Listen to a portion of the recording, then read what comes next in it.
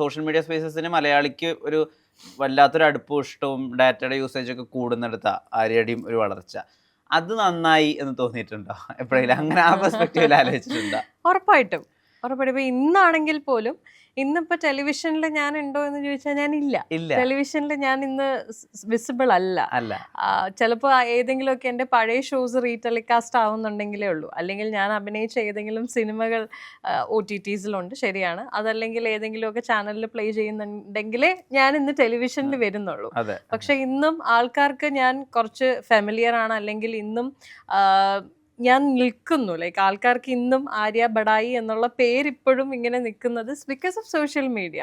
എന്നെ എനിക്ക് തോന്നുന്നു ഒട്ടുമിക്ക ആൾക്കാരും സോഷ്യൽ മീഡിയ ഇൻസ്റ്റഗ്രാം ഒക്കെ യൂസ് ചെയ്യുന്ന ഒട്ടുമിക്ക ആൾക്കാരും എന്നെ ഇൻസ്റ്റഗ്രാമിൽ ഫോളോ ചെയ്യുന്ന, അല്ലെങ്കിൽ എൻ്റെ ബഡായി ബംഗ്ലാവ് എന്ന് പറയുന്ന ഷോനെ ഇഷ്ടപ്പെട്ട് കണ്ടിരുന്ന ആൾക്കാർ അവരിന്നും എന്നെ ഫോളോ ചെയ്യുന്നുണ്ട്. എന്താണ് ഇപ്പോഴും അപ്ഡേറ്റ്സ് കാര്യങ്ങൾ എന്നൊക്കെ അറിയാൻ വേണ്ടിയിട്ട്.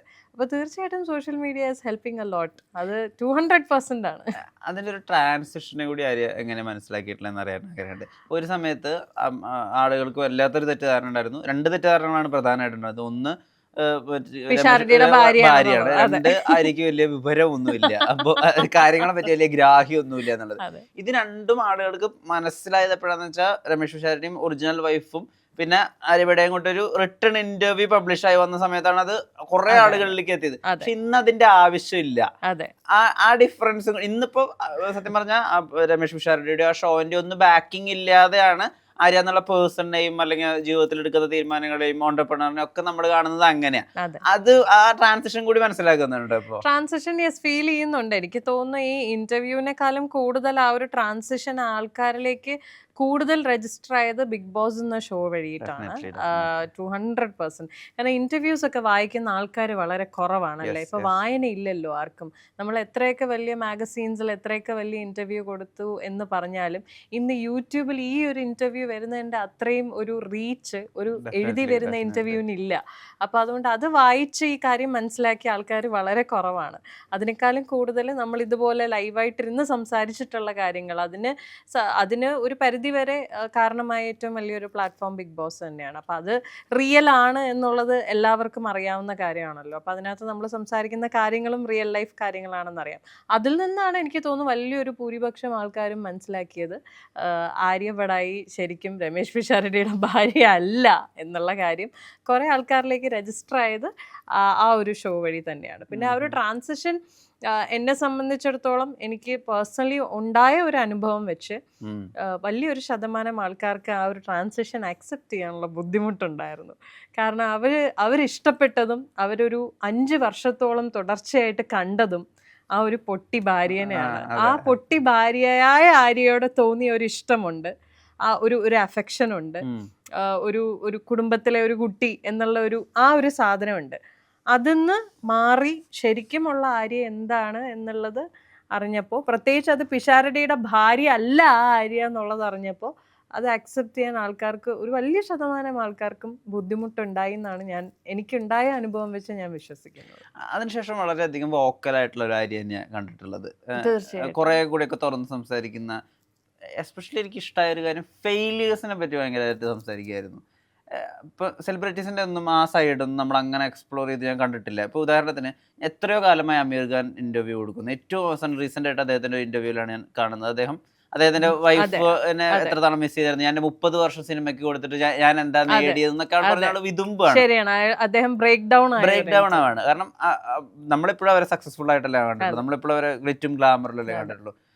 ആര്യ എന്തുകൊണ്ട് അങ്ങനെ സംസാരിക്കാം എന്ന് വിചാരിച്ചത്? അത് ഞാൻ മനഃപൂർവ്വം സംസാരിക്കുന്നതല്ല, എന്റെ ക്യാരക്ടർ അങ്ങനെയാണ്. അതെ, അത് പക്ഷെ പ്രേക്ഷകന് അറിയാൻ സാധ്യതയില്ല. പക്ഷെ എന്നെ അടുത്തറിയുന്ന എൻ്റെ ഏറ്റവും പ്രിയപ്പെട്ട ആൾക്കാർക്കെല്ലാം അറിയാം ആര്യ ഇങ്ങനെയാണ് എന്നുള്ളത്. ഞാൻ ഭയങ്കര വോക്കലായിട്ടുള്ള ഒരാളാണ്. ഞാൻ പെട്ടെന്ന് സൗഹൃദങ്ങളിൽ പെടുന്ന ഒരാളാണ്. ഭയങ്കരമായിട്ട് സോഷ്യലൈസ് ചെയ്യാൻ ഇഷ്ടപ്പെടുന്ന ഒരാളാണ്. അപ്പം എന്നെയുമായിട്ട് അടുക്കുന്ന എല്ലാവർക്കും എൻ്റെ എല്ലാ കാര്യങ്ങളും അറിയാമെന്നുള്ളതാണ്. അതിപ്പം 10-12 വർഷം പരിചയമുള്ള സുഹൃത്തുക്കൾക്കും അറിയാമായിരിക്കും. ചിലപ്പോൾ 2 വർഷം മുന്നേ എൻ്റെ സുഹൃത്തായ ഒരാൾക്കും എൻ്റെ ഇത്രയും കാലത്തെ ജീവിതം എന്താണെന്നുള്ളത് അറിയാമായിരിക്കും. ഞാൻ അത്രയും ഓപ്പണായിട്ട് സംസാരിക്കുന്ന ഒരു വ്യക്തിയാണ്. അതുകൊണ്ട് ഇത് ശരിക്കും പറഞ്ഞാൽ ഞാനിത് വോക്കലാകാൻ വേണ്ടി വോക്കലാവുന്നതല്ല. ഓക്കെ. ഇതെന്റെ ക്യാരക്ടറിൽ ഉള്ളതാണ്. അപ്പൊ എനിക്ക് കംഫർട്ടബിൾ ആയിട്ടുള്ള ഒരു കോൺവെർസേഷൻ അല്ലെങ്കിൽ ഒരു സ്പേസിൽ ഞാൻ ഇരുന്ന് സംസാരിക്കുവാണെങ്കിൽ ചിലപ്പോൾ ഞാൻ അങ്ങ് ഓപ്പൺ ആയിട്ട് സംസാരിച്ച് പോകുന്നതാണ് കാര്യങ്ങൾ. അതാണ് സത്യം. പക്ഷെ ഇപ്പൊ നമ്മളിപ്പോ ഒരു ചോദ്യം ഉണ്ടാക്കുമ്പോ പോലും നമ്മളുടെ ഭാഗം ഓക്കെ ആക്കിയിട്ടാണ് ചോദ്യങ്ങൾ ഉണ്ടാക്കുന്നത്. മനസ്സിലായോ? പക്ഷെ ആര് സംസാരിക്കുമ്പോ പലപ്പോഴും ഈ പ്രധാനമായിട്ട് റിലേഷൻഷിപ്പിലെ കാര്യമൊക്കെ പറയുമ്പോൾ ആര്യയുടെ ഭാഗത്തും തെറ്റുണ്ട് എന്നുള്ള രീതിയിൽ തന്നെയാണ് സംസാരിക്കുന്നത്. ഈ മനസ്സിലായോ? ഭയങ്കര വ്യത്യാസം ഉണ്ട് അതിന്. പ്രത്യേകിച്ച് സ്ത്രീ വന്നിട്ട് ഒരു റിലേഷൻഷിപ്പ് ഫെയിലിയർ ആയതിന് എന്റെ ഭാഗത്ത് തെറ്റുണ്ടെന്നൊക്കെ പറയുമ്പോ അതിന് അർത്ഥങ്ങൾ എത്രയോ ആളുകൾ ഉണ്ടാക്കും. അല്ലെങ്കിൽ എന്തായിരിക്കും ഈ അങ്ങനെ ഒരു ഇമേജ് കോൺഷ്യസ് അല്ലാതെ അങ്ങനെ കാര്യങ്ങൾ പറയാന്നുണ്ടല്ലോ. അത് ശരിക്കും സ്പോണ്ടേനിയസ് ആയിട്ട് ചെയ്തു പോയതാ? ഇതിന്റെയൊക്കെ പരിണിത ഫലം അങ്ങനെയൊക്കെ ആലോചിച്ചിട്ടുണ്ട്? ഇല്ല, സത്യം പറഞ്ഞാൽ ആലോചിച്ചിട്ടില്ല. പിന്നീട് ഇതൊക്കെ ആൾക്കാര് നമ്മളെ ജഡ്ജ് ചെയ്യുമല്ലോ. ഞാൻ പറഞ്ഞത് ഇപ്പൊ ആര്യയുടെ തെറ്റെന്ന് പറഞ്ഞാൽ ചിലപ്പോൾ ആരും ഉദ്ദേശിച്ചത് അതൊരു കമ്മ്യൂണിക്കേഷൻ ഗ്യാപ്പ് ആയിരിക്കും. ശരിയാണ്. ഞാൻ തെറ്റ് എന്ന് പറഞ്ഞത് പലരും തെറ്റായ രീതിയിൽ അതിനെ മൊറാലിറ്റി ഇന്റഗ്രിറ്റി ഇതെല്ലാം ചോദ്യം ചെയ്തിട്ടുണ്ട്. ഇല്ല, അതാ ഞാൻ പറഞ്ഞത്. ചിലപ്പോൾ നമ്മൾ അറിയാത്ത ആൾക്കാരാണ് ഇതൊക്കെ കേൾക്കുന്നത്. അത് അവർക്ക് എന്താണ് ശരിക്കും സംഭവിച്ചതെന്നും അറിയില്ല. ഈ കുട്ടി പറയുന്നു, ഈ കുട്ടിയുടെ തെറ്റാണെന്നും പറയുന്നു. അതിൻ്റെ അപ്പുറത്തേക്ക് ഒന്നും ഇവർക്ക് അറിയില്ല. അപ്പൊ എന്തോ പ്രശ്നമുണ്ട്. അപ്പം ആൾക്കാർ നാച്ചുറലി ജഡ്ജ് ചെയ്യുന്നതാണ്. അത് പ്രത്യേകിച്ച് നമ്മുടെ മലയാളീസിന്റെ ക്യാരക്ടറിലുള്ള ഒരു പ്രത്യേക സാധനമാണ്. ഒറ്റയടിക്ക് നമ്മൾ അങ്ങ് വിധി എഴുതി കളയും, ജഡ്ജ് ചെയ്യും. ആൻഡ് അതിനെ ഭയങ്കര എവിടെയെങ്കിലുമൊക്കെ അത് നമുക്ക് പോയിന്റ് ഔട്ട് ചെയ്യാൻ ഒരു അവസരം കിട്ടി അവരത് ചെയ്യുകയും ചെയ്യും. അതിന് ഇന്ന് ഏറ്റവും സുലഭമായ ഒരു പ്ലാറ്റ്ഫോമാണ് സോഷ്യൽ മീഡിയ. പ്രത്യേകിച്ച് ഞങ്ങളെ പോലുള്ള ആൾക്കാരുടെ അക്കൗണ്ടൊക്കെ തുറന്നു കൊടുത്തിരിക്കുന്ന പബ്ലിക് അക്കൗണ്ടാണ്. ആർക്ക് വേണോ എന്ത് വേണോ വന്ന് വിളിച്ച് പറയാം. അപ്പോൾ ആൾക്കാർ ജഡ്ജ്മെൻ്റൽ ആയിട്ടുണ്ട്. ഞാൻ അവരെ കംപ്ലീറ്റ്ലി കുറ്റം പറയില്ല. കാരണം ഇപ്പോൾ നമ്മൾ പറയുന്നതിനെ അവർ മനസ്സിലാക്കിയിരിക്കുന്നത് അങ്ങനെയായിരിക്കാം. നമ്മൾ മുഴുവനായിട്ട് എന്താ കാര്യം എന്നുള്ളത് പറഞ്ഞിട്ടുമില്ല. അപ്പം ശരിയാണ്. പക്ഷെ ഞാൻ ഒരിക്കലും ഇത് ചിന്തിച്ചിട്ടില്ല കേട്ടോ. ഞാൻ ചിന്തിച്ചിട്ടല്ല ഓരോന്നിരുന്ന് സംസാരിക്കുന്നത്. ഇപ്പം പക്ഷെ ഞാൻ ഇവിടെ ഇരുന്ന് ഇതൊക്കെ പറയുമ്പോൾ ഞാൻ അല്ലെങ്കിൽ ഈശ്വര ഇനി ഇത് വെച്ചിട്ട് എന്തൊക്കെയാണാവോ പറയാൻ പോകുന്നത്. പക്ഷെ എന്നാലും എനിക്ക് പറയണമെന്നുണ്ട്. It's naturally coming out. എനിക്കൊരു ഫുൾ സ്റ്റോപ്പ് ഇവിടെ ഇടണമെന്ന് തോന്നുന്നില്ല. എനിക്കറിയാം ചിലപ്പം ഇതും ഈ പറഞ്ഞതിനെയും ആൾക്കാർ ജഡ്ജ് ചെയ്യുമായിരിക്കാം. ഇതിൻ്റെ താഴെയും മോശമായ കമൻസ് വരുമായിരിക്കാം.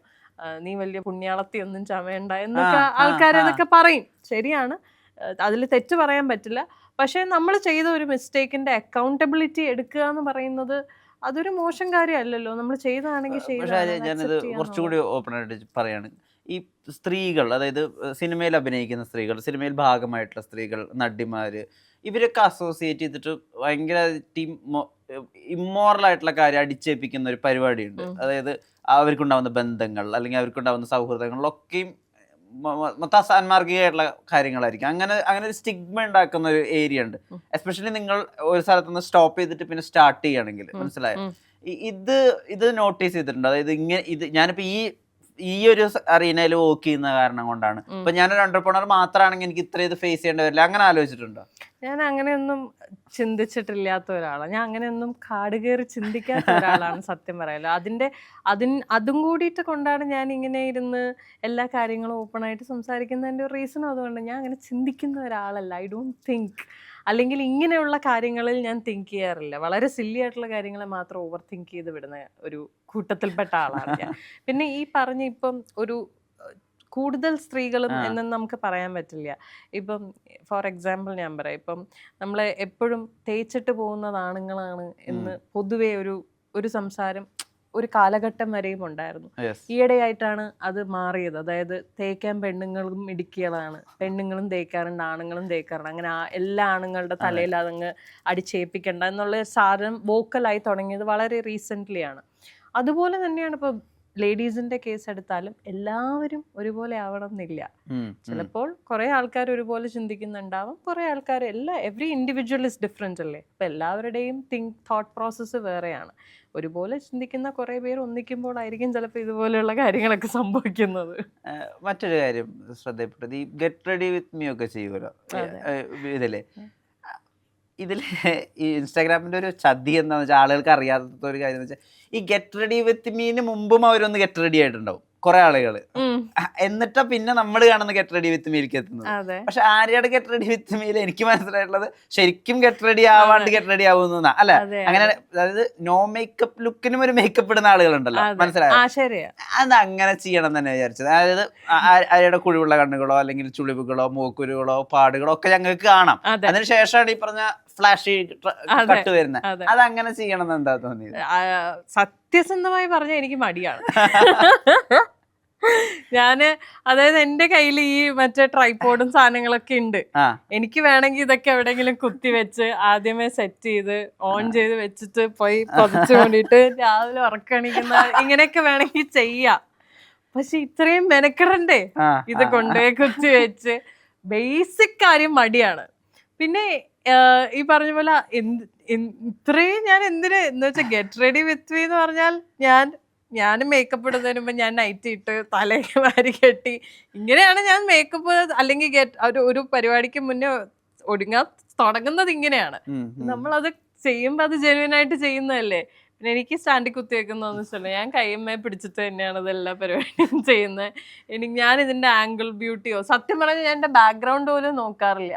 ചിലപ്പോ എന്റെ കിടക്കുന്ന കട്ടില് ഷീറ്റൊക്കെ ഉടഞ്ഞ് വലഞ്ഞ് കോല കിടക്കുന്നതൊക്കെ ആയിരിക്കും ചിലപ്പോ എനിക്ക് ബാക്ക്ഗ്രൗണ്ട് ഒക്കെ വരുന്നത്.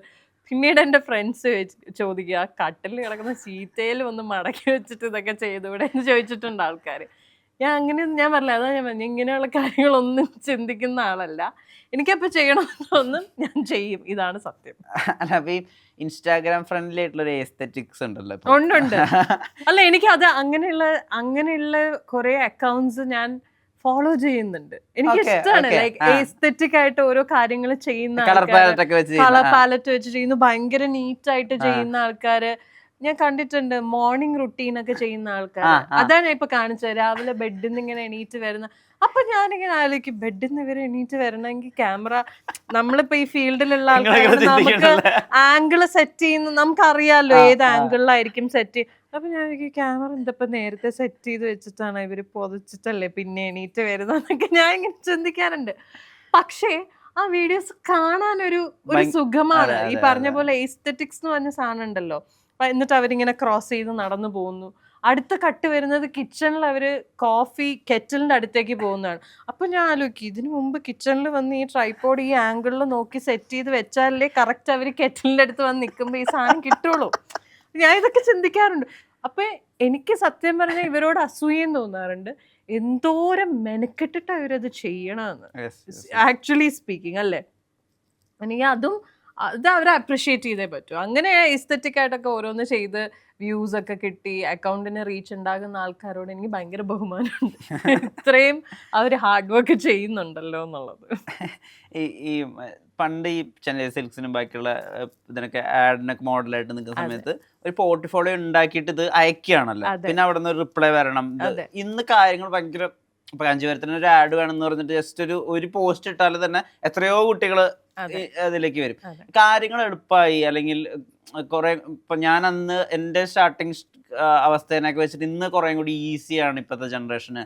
അങ്ങനെ തോന്നുന്നുണ്ടോ? അതോ ഇപ്പോഴത്തെ ജനറേഷന് ഓപ്ഷൻസ് കൂടിയതിന്റെ ഒരു സ്ട്രഗിളും ഉണ്ടല്ലോ. ഇതിനെങ്ങനെയാ കാണുന്നത്? ഇല്ല, അത് നല്ലതല്ലേ. ബിക്കോസ് കാലം പോകും തോറും കാര്യങ്ങൾ ഡെവലപ്പായി വന്നുകൊണ്ടിരിക്കുക. പക്ഷെ അറ്റ് ദ സെയിം ടൈം ഇപ്പൊ എന്താ വെച്ചാല് നമ്മളുടെ വീടുകളിൽ എത്ര പേരുടെ വീട്ടിൽ ഇപ്പൊ ടി വി കാണുന്നുണ്ട്? എന്റെ വീട്ടിലൊന്നും ടി വി ഇല്ല, ആസ് ഇൻ ചാനൽസ് ഇല്ല. പണ്ടൊക്കെ നമ്മുടെ ഒരു എന്റർടൈൻമെന്റ് അല്ലെങ്കിൽ നമുക്കൊരു എന്റർടൈൻമെന്റ് പ്ലാറ്റ്ഫോം എന്ന് പറയുന്നത് ടെലിവിഷനാണ്. ചാനലുകൾ ഏഷ്യാനെറ്റ്, സൂര്യ, കൈരളി, മനോരമ, ദൂരദർശൻ, അങ്ങനെ അമൃത, ജീവൻ, റോസ് ബൗൾ, ACV, എത്ര ചാനലാണ്. ചാനൽസ് ഏഷ്യാനെറ്റ് പ്ലസ്, മറ്റേത് കൈരളി വി, അങ്ങനെ എത്ര ചാനൽസ് ആണ്. ഇന്ന് ശരിക്കും പറഞ്ഞാൽ എൻ്റെ ഒന്നും വീട്ടിൽ കേബിൾ ഇല്ല, ചാനൽസ് കാണുന്നില്ല. ഇന്ന് നമ്മൾ കംപ്ലീറ്റ്ലി OTT ആയി അല്ലേ. ഇപ്പൊ ചാനലിൽ ടെലികാസ്റ്റ് ചെയ്യുന്ന റിയാലിറ്റി ഷോസ് വരെ next day OTT episodes upload ആവുകയാണ്. അപ്പം നമുക്ക് കൂടുതൽ കൺവീനിയൻറ്റ് OTT ആണ്. ബിക്കോസ് നമുക്ക് ഫോണിൽ ആപ്പ് ഡൗൺലോഡ് ചെയ്തിടാം, അതിന്ന് കാണാം. സോ ഇപ്പോൾ ടെക്നോളജി വളരും തോറും കുറച്ചും കൂടി കാര്യങ്ങൾ ഈസിയർ ആയിക്കൊണ്ടിരിക്കണം. അതുപോലെ തന്നെ മീഡിയ അതനുസരിച്ച് മാറുന്നുമുണ്ട്. Media is not stuck. ഇപ്പൊ ആകപ്പാടെ എനിക്ക് തോന്നുന്നു ചാനൽസിന് വേണ്ടിയിട്ട് ടെലികാസ്റ്റിന് വേണ്ടിയിട്ട് എല്ലാ ചാനൽസും ചെയ്യുന്നത് സീരിയൽസ് മാത്രമേ ഉള്ളൂ. അതെ അതെ മറ്റേ ഈ റിയാലിറ്റി ഷോസ് അല്ലെങ്കിൽ പ്രൈം ടൈം ഷോസ് ഒക്കെ ഉണ്ട്. എത്രയോ പാട്ട് പരിപാടികൾ, ഡാൻസ് പരിപാടികൾ, കുക്കിംഗ് ഷോസ് ഒക്കെ നമ്മൾ കണ്ടുകൊണ്ടിരുന്ന ചാനലുകളാണ് ഇതൊക്കെ. അതിന്റെയൊക്കെ യൂട്യൂബ് വേർഷൻസ് നമ്മള് അതൊക്കെ അതെ, അതെല്ലാം കുറഞ്ഞു. ഇപ്പൊ ലിറ്ററലി ഇല്ലാന്ന് തന്നെ പറയാം. എല്ലാ ചാനൽസും അവരുടെ ഇങ്ങനെയുള്ള സാധനങ്ങൾ, അതായത് നോൺ ഫിക്ഷൻസ് എല്ലാം കട്ട് ചെയ്തു. ഇപ്പം ഹാർഡ്ലി 1-2 റിയാലിറ്റി ഷോസ് മാത്രമേ എല്ലാ ചാനലും റൺ ചെയ്യുന്നുള്ളൂ അല്ലേ. എല്ലാം ഇപ്പോൾ നമ്മുടെ സോഷ്യൽ മീഡിയ പ്ലാറ്റ്ഫോംസ് ആയി, യൂട്യൂബായി, ഫേസ്ബുക്കായി, അല്ലെങ്കിൽ ഇതുപോലുള്ള OTT പ്ലാറ്റ്ഫോംസ് ആയി. സോ കുറച്ചും കൂടി കൺവീനിയൻസ് കൂടി, അതായത് നമുക്ക് കയ്യിൽ കൊണ്ട് നടക്കാം ഈ സാധനങ്ങളെല്ലാം അല്ലേ. ടിവിയും കൊണ്ട് നമുക്ക് നടക്കാൻ പറ്റില്ല, ബട്ട് ഫോണും കൊണ്ട് നമുക്ക് എവിടെ വേണമെങ്കിലും ട്രാവൽ ചെയ്യുന്ന സ്ഥലത്ത് നമുക്കിത് കണ്ടുകൊണ്ടിരിക്കാം. ട്രെയിനിലാണെങ്കിലും നമുക്ക് കണ്ടുകൊണ്ടിരിക്കാം. സോ കുറച്ചും കൂടി ഈസിലി ആക്സസിബിൾ ആണ് ആൾക്കാർക്ക് ഇപ്പോൾ. അപ്പം അതുകൊണ്ട് തന്നെ ഇപ്പോഴത്തെ കുട്ടികൾക്ക് എനിക്ക് തോന്നുന്നു, ആൻഡ് പ്ലാറ്റ്ഫോംസ്, എത്ര പ്ലാറ്റ്ഫോംസ് ആണ്. ഞാനൊക്കെ 17 വർഷം മുമ്പ് മോഡലിംഗിൽ തുടങ്ങിയതാണ് എൻ്റെ കരിയർ. അന്ന് ഈ പറയുന്ന പോലെ നമുക്ക് ഈ പറയുന്ന പോലെ പോർട്ട്ഫോളിയോ, പിന്നെ ഏതെങ്കിലുമൊക്കെ അഡ്വർടൈസ്മെന്റ്സിൽ നമ്മുടെ മുഖം ഒന്ന് വന്നാൽ ഓക്കെ, ഓ ആ കുട്ടി കൊള്ളാലോ, ഇതിനെ വിളിക്കാം എന്ന് പറഞ്ഞ് അടുത്ത അഡ്വർടൈസ്മെന്റിന് നമ്മൾ വിളിക്കുന്നു. ഇന്ന് അങ്ങനെയല്ലല്ലോ. ഇന്ന് ഏറ്റവും കൂടുതൽ നമ്മളിപ്പോൾ സിനിമയിലാണെങ്കിൽ പോലും നമ്മൾ കാണുന്നത് സോഷ്യൽ മീഡിയയിൽ ഹിറ്റായിട്ട് നിൽക്കുന്ന ആൾക്കാർ അങ്ങനെയാണ്. ഇറ്റ്സ് മച്ച് മോർ ഈസിയർ അല്ലേ. ഇപ്പം നമ്മുടെ ടാലൻസ് ഷോക്കേസ് ചെയ്യാൻ കുറച്ചും കൂടി ഈസിയർ പ്ലാറ്റ്ഫോംസ് നമുക്ക് കിട്ടി എന്നുള്ളതാണ്. സോ നല്ലതാണ്. It is very nice actually. ഇപ്പൊ അതുമായിട്ട് തന്നെ ചേർത്ത് പറയേണ്ട ഒരു കാര്യമാണ് ഈ സോഷ്യൽ മീഡിയ തന്നെ. ഇപ്പം നിങ്ങള് സെലിബ്രിറ്റീസ് ഒരു ഉദ്ഘാടനത്തിന് പോകുന്നു, അല്ലെങ്കിൽ ഒരു ഫംഗ്ഷന് പോകുന്നു, തിയേറ്റർ വിസിറ്റിന് പോകുന്നു, നിങ്ങൾ ഫോളോ ചെയ്തിട്ട് ഒരുപാട് ഓൺലൈൻ മീഡിയകളും വരുന്നുണ്ട്. ആൻഡ് ഇത് 2 വശങ്ങളാണ് ഇതിന് പ്രധാനമായിട്ടുള്ളത്. ഒന്ന്, ഇത് പലപ്പോഴും PR കമ്പനീസും അതെന്താ ആരാണോ PR ചെയ്യുന്ന അവരൊക്കെ അസോസിയേറ്റ് ചെയ്തിട്ട് അവര് വിളിച്ചിട്ടാണ്. അല്ലെങ്കിൽ ഒരുപാട് റീച്ചുള്ള ഇൻസ്റ്റാഗ്രാം പേജസും ഫേസ്ബുക്ക് പേജസ് ഒക്കെയാണ് നിങ്ങളെ ഫോളോ ചെയ്തിട്ടൊക്കെ വരുന്നത്. അതൊന്നാമത്തെ കാര്യം. 2, അവര് റീച്ചിന് വേണ്ടിയിട്ട്, അതായത് അവരുടെ ക്യാപ്ഷന് വേണ്ടിയിട്ട്. ഇപ്പൊ ആര്യ കാർ ഓടിച്ചിട്ടായിരിക്കും വരുന്നുണ്ടാവുക. അവിടെ നിന്ന് വരുന്ന ചോദ്യം, ആര്യ ഒറ്റയ്ക്കാണോ കാർ ഓടിച്ചിട്ട് വരുന്നതെന്നായിരിക്കും. മനസ്സിലായ? അപ്പൊ ആര്യ എന്തെങ്കിലുമൊക്കെ പറയും, അതായിരിക്കും അവിടുത്തെ ഒരു ക്ലിക്ക് ബൈറ്റ് അല്ലെങ്കിൽ അതിന്റെ ഒരു പോയിന്റ്. ഈ ഒരു കാര്യം ഉണ്ടല്ലോ, അതായത് പണ്ടത്തതിനേക്കാളും കുറച്ചുകൂടി കോൺഷ്യസ് ആയിരിക്കണം നിങ്ങൾ. എന്തെങ്കിലും ഒരു കമന്റ് പറയുമ്പോ എന്താ ഉണ്ടാവാന്നറിയില്ല. ഈ ഒരു അവസ്ഥനെ എങ്ങനെയാ നോക്കി കാണുന്നത്? അത് സത്യം പറഞ്ഞാൽ ഭയങ്കര മോശം അവസ്ഥ, പറയാതിരിക്കാൻ പറ്റില്ല. അതായത് ഇവരെ എപ്പോ എവിടെ നിന്ന് എങ്ങനെ പൊട്ടി വീഴും നമുക്കറിയില്ല. അത് ഒന്നാമത്തെ കാര്യം. അതായത് ഞാൻ എൻ്റെ കാര്യം തന്നെ പറയാം. വളരെ റീസെന്റ് ഞാൻ ഒരു ഇനോഗ്രേഷന് പോയിട്ടുണ്ടായിരുന്നു. അത് ഒരിടത്തും അങ്ങനെ അനൗൺസ് ഒന്നും ചെയ്തില്ല. ഞാൻ പോലും ഇൻസ്റ്റയിൽ പോസ്റ്റർ ഷെയർ ചെയ്തോന്ന് എനിക്ക് ഓർമ്മയില്ല. അതായത് ഒരു ലാസ്റ്റ് മിനിറ്റിൽ എനിക്ക് ഫുള്ള് എല്ലാം കൺഫേം ആയ ഒരു ഇനോഗ്രേഷൻ ആണ്. അതും കാക്കനാട്, എൻ്റെ വീട്ടിൻ്റെ തൊട്ടടുത്ത് ഇരുമ്പനം അങ്ങനെ എന്തോ ആയിരുന്നു അവിടെ ഒരു ഇനോഗ്രേഷൻ. ഞാനും അജുചേട്ടനും കൂടെ ആയിരുന്നു ഇനോഗ്രേഷൻ ചെയ്തത്.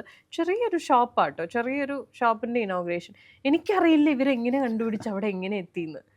അത് എനിക്ക് ഭയങ്കര അത്ഭുതമായിപ്പോൾ. ഞാൻ നോക്കിയപ്പോൾ കുറേ പേര്, 4-5 മീഡിയ ഉണ്ട്. ഇവരെല്ലാവരും വരുന്നു ആൻഡ് ഫുൾ ടൈം ഇവർ. ആൻഡ് ഏറ്റവും കോൺഷ്യസ് ആവേണ്ട കാര്യം, ഒന്ന് നമ്മൾ പറയുന്ന കാര്യങ്ങൾ, 2 ഡ്രസ്സ് എന്തിടുന്നു, എവിടെ നിന്ന് ഇടുന്നു, ഏത് ആംഗിളിൽ നിന്ന് ഇവര് വീഡിയോ. സത്യം പറഞ്ഞാൽ എനിക്കതൊക്കെ ഭയങ്കര ടെൻഷനുള്ള കാര്യങ്ങളാണ് ഫോർ ഷുവർ. എന്ന് വെച്ചാൽ നമ്മൾ കാണുന്നുണ്ടല്ലോ കുറെ വീഡിയോസ്, കുറെ ഇനോഗ്രേഷൻ വീഡിയോസ് ഒക്കെ കാണുമ്പോൾ നമുക്ക് തന്നെ ഇപ്പം നമ്മൾ ഏറ്റവും നമ്മുടെ കൾച്ചറിന് ഏറ്റവും സൂട്ടബിൾ എന്ന് പറയപ്പെടുന്ന വസ്ത്രം സാരിയാണ്. ആ സാരിയിൽ പോലും ചിലപ്പോൾ ചില വീഡിയോസ് ഒക്കെ കണ്ട് നമ്മളിങ്ങനെ ഈശ്വര ഈ ആംഗിളിൻ്റെ അടുത്ത് എങ്ങനെ ഇരിക്കും അല്ലേ എന്ന് ചിന്തിച്ചിട്ടുണ്ട്. സത്യമായിട്ടും ചിന്തിച്ചിട്ടുണ്ട്. പലരും റെഗുലറായിട്ട് ഉദ്ഘാടനങ്ങൾ ചെയ്യുന്ന പലരും ഇങ്ങനെ ഇതൊരു കൺസേൺ ആയിട്ട് പറഞ്ഞും കേട്ടിട്ടുണ്ട്. ഞാൻ നമ്മുടെ സുഹൃത്തുക്കളൊക്കെ തന്നെയാണല്ലോ, ഇൻഡസ്ട്രിയിലുള്ള ആൾക്കാരാണ്. അവരിതുപോലെ ഇരുന്ന് പറയുന്ന കേട്ടിട്ടുണ്ട്. സാരി എടുത്തിട്ട് പോയതാ, പക്ഷെ ആ ആംഗിളിൽ അവരെടുത്തിട്ടിരിക്കുന്ന വീഡിയോ കണ്ടപ്പോൾ സത്യം പറഞ്ഞ വിഷമമായി പോയി. അതെന്തിനാ അങ്ങനെ ചെയ്തതെന്ന് അറിയില്ല. അപ്പൊ അതൊരു വലിയൊരു എന്താ പറയാ, അതൊരു ഡ്രോബാക്ക് അല്ലേ. ലൈക്ക് നമുക്കൊരു പ്ലാറ്റ്ഫോം കിട്ടുന്നു, നമുക്കത് എങ്ങനെയൊക്കെ പോസിറ്റീവായിട്ട് യൂസ് ചെയ്യാം. പക്ഷെ മറിച്ച് അത് ഇങ്ങനെ വരുമ്പോൾ ഇത് കാണുന്ന ആൾക്കാർക്ക് അറിയില്ലല്ലോ ഇത് ഈ ആംഗിളിൽ എടുത്തത് കൊണ്ടാണ് ഇങ്ങനെ വന്നത്, അല്ലെങ്കിൽ അവരങ്ങനെ എടുത്തത് കൊണ്ടാണ് അത് അങ്ങനെ വന്നത്. അവർക്കൊരു ഓപ്ഷൻ ഉണ്ട്, അത് പോസ്റ്റ് ചെയ്യാതിരിക്കാം. പക്ഷെ അതവര് ചെയ്യുന്നില്ലല്ലോ, പോസ്റ്റ് ചെയ്യുന്നില്ലേ. പക്ഷെ ചീത്ത കേൾക്കുന്ന മുഴുവനും ആ ആർട്ടിസ്റ്റിനായിരിക്കും മിക്കവാറും. എല്ലാരും അല്ലേ ആ കമന്റ്സിൽ ആരും എന്തിനാ ഇയാൾ ഈ വീഡിയോ ഈ ചാനലിൽ ഇട്ടതെന്ന് ആരും ചോദിക്കില്ല, ആ അല്ലേ? എല്ലാരും ഇവക്ക് മെനക്ക് തുണി ഉടുത്തോണം നടന്നൂടെ എന്നല്ലേ ചോദിക്കുള്ളൂ. അങ്ങനത്തെ കുറെ കാര്യങ്ങൾ, അത് ഭയങ്കര ഒരു പേടിയാ ശരിക്കും പറഞ്ഞാൽ.